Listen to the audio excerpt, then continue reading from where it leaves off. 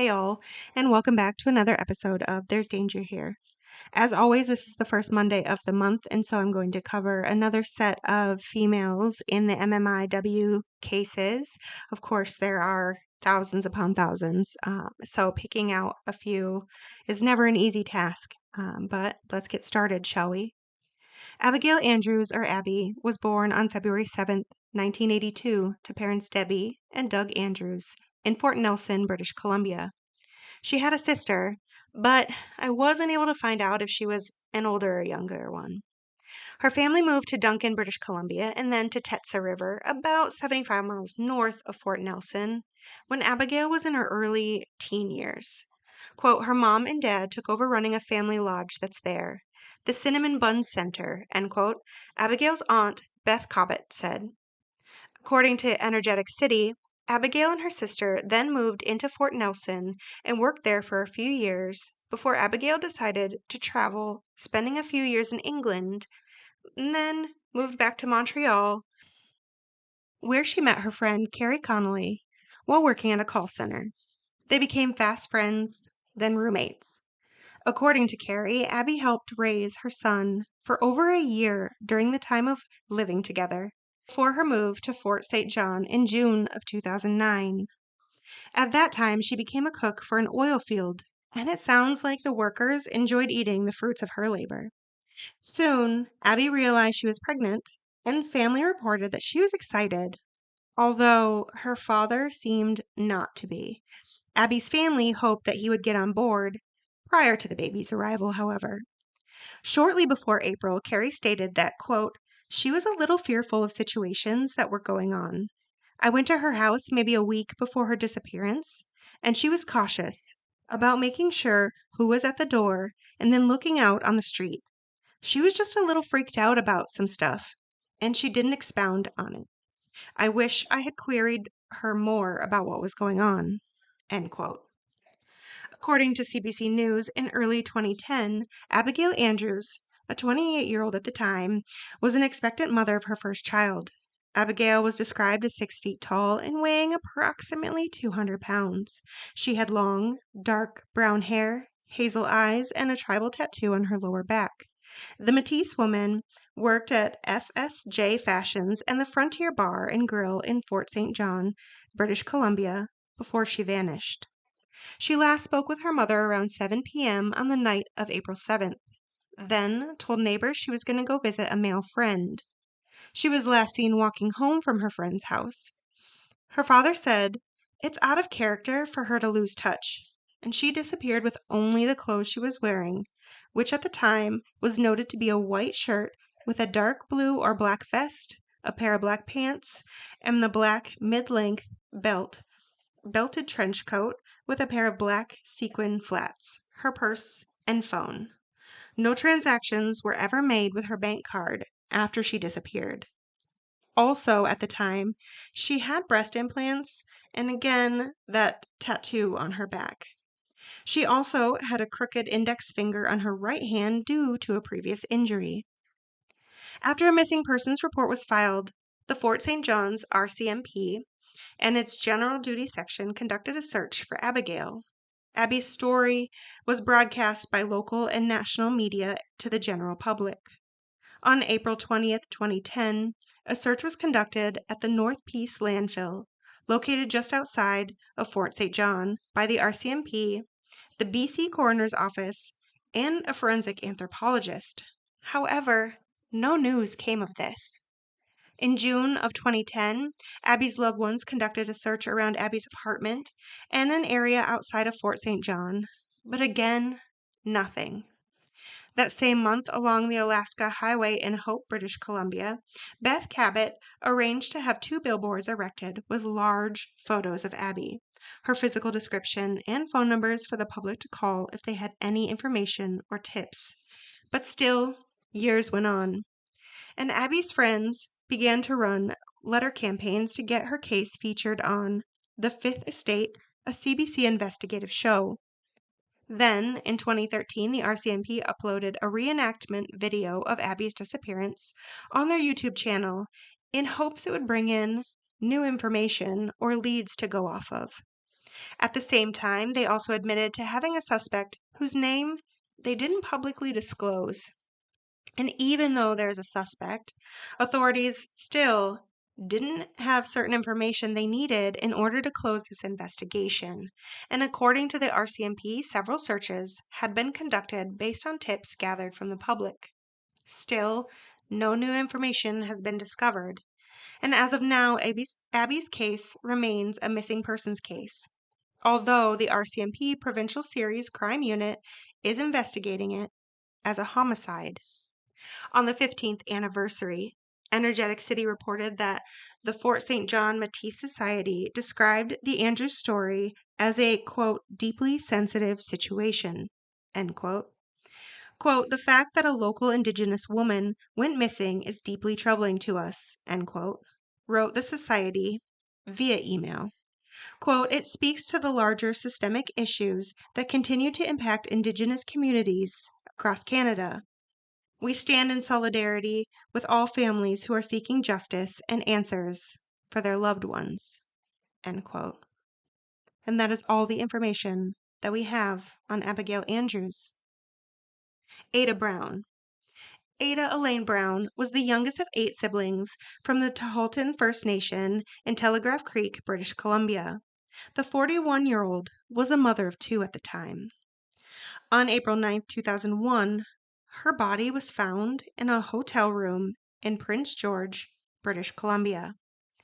According to documents obtained from the British Columbia's coroner's office, she died from a, quote, subdural hemorrhage, end quote, and complications from alcoholism. However, even though the postmortem mentioned previous assaults and it even noted that Brown had 2 black eyes when she died, the coroner's office determined that, quote, is classified as undetermined, end quote. Quote, it was even before the autopsy was concluded, and that's what they told my sister, end quote, said Terry Brown, one of Ada's older sisters, along with, quote, I don't think there was much of an investigation, end quote. What the family has been told is that their sister went to a doctor to treat a headache. Instead of a proper examination, Ada was sent home with only Tylenol after 2 visits, and these are following assaults from a female.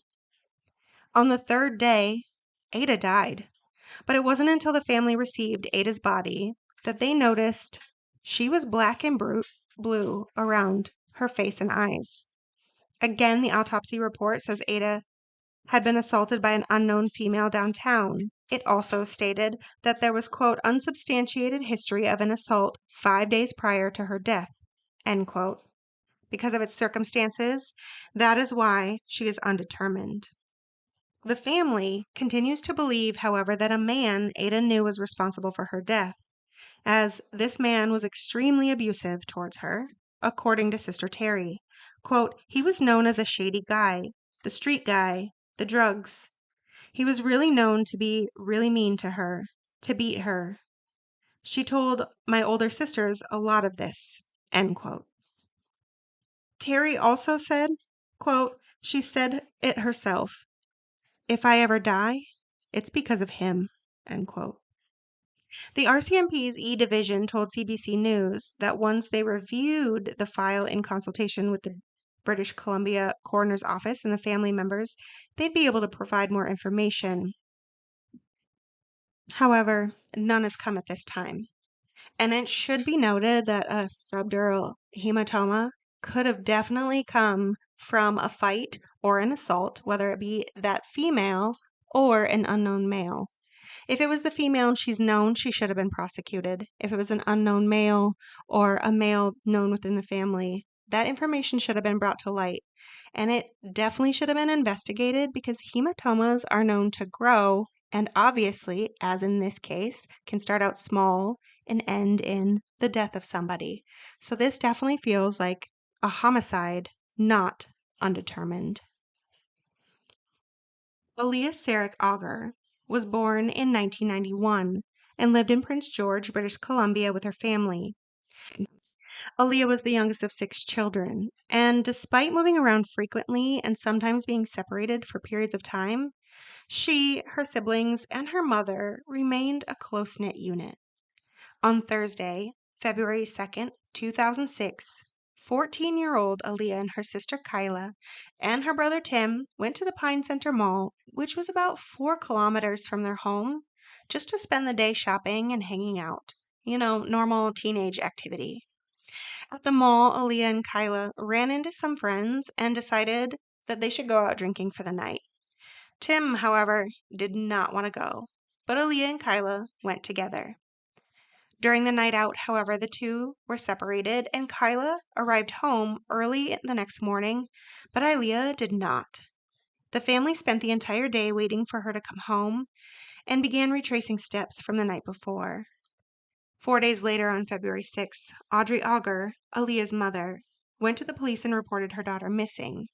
And now, I see reports of this saying February 6, but I've also seen reports where she went and reported her missing and was told that she needed to wait 78 hours to see if she would return, and that's why the days went by.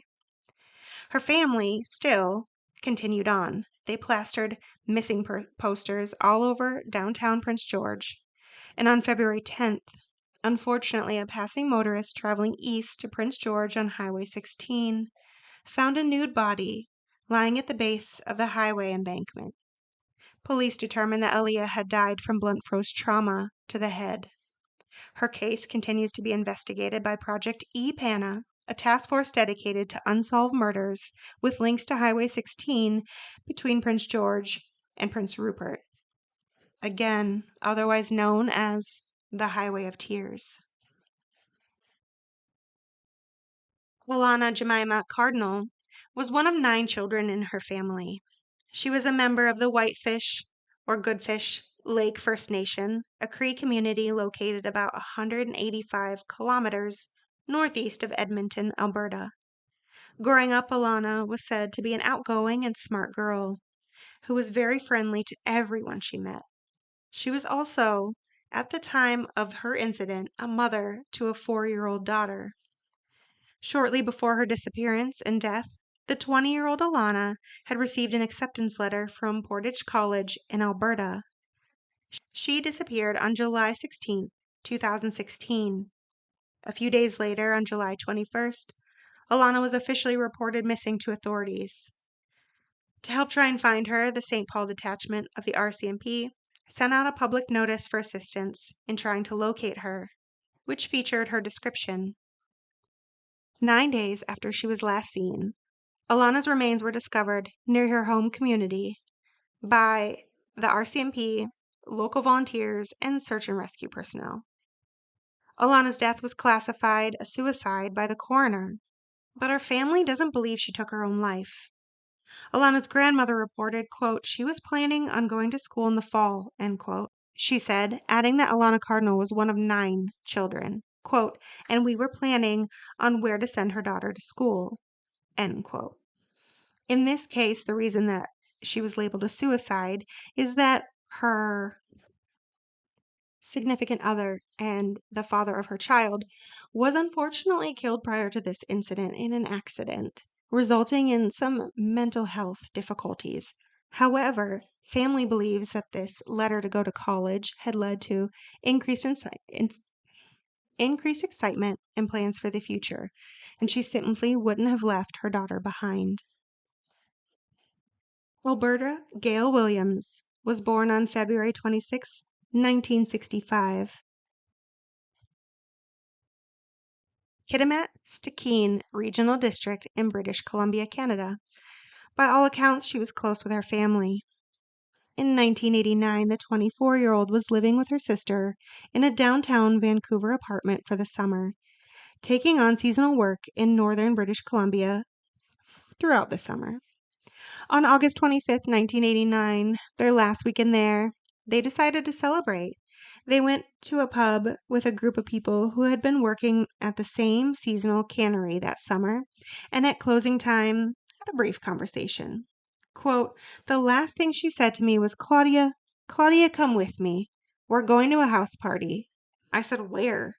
And I turned around, talked to somebody for a second, and she disappeared.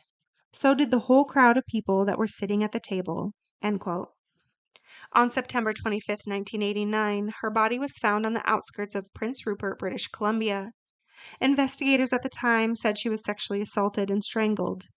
In 2006, her death was added to Project EPANA, the police task force that investigates disappearances and murders along British Columbia's Highway of Tears.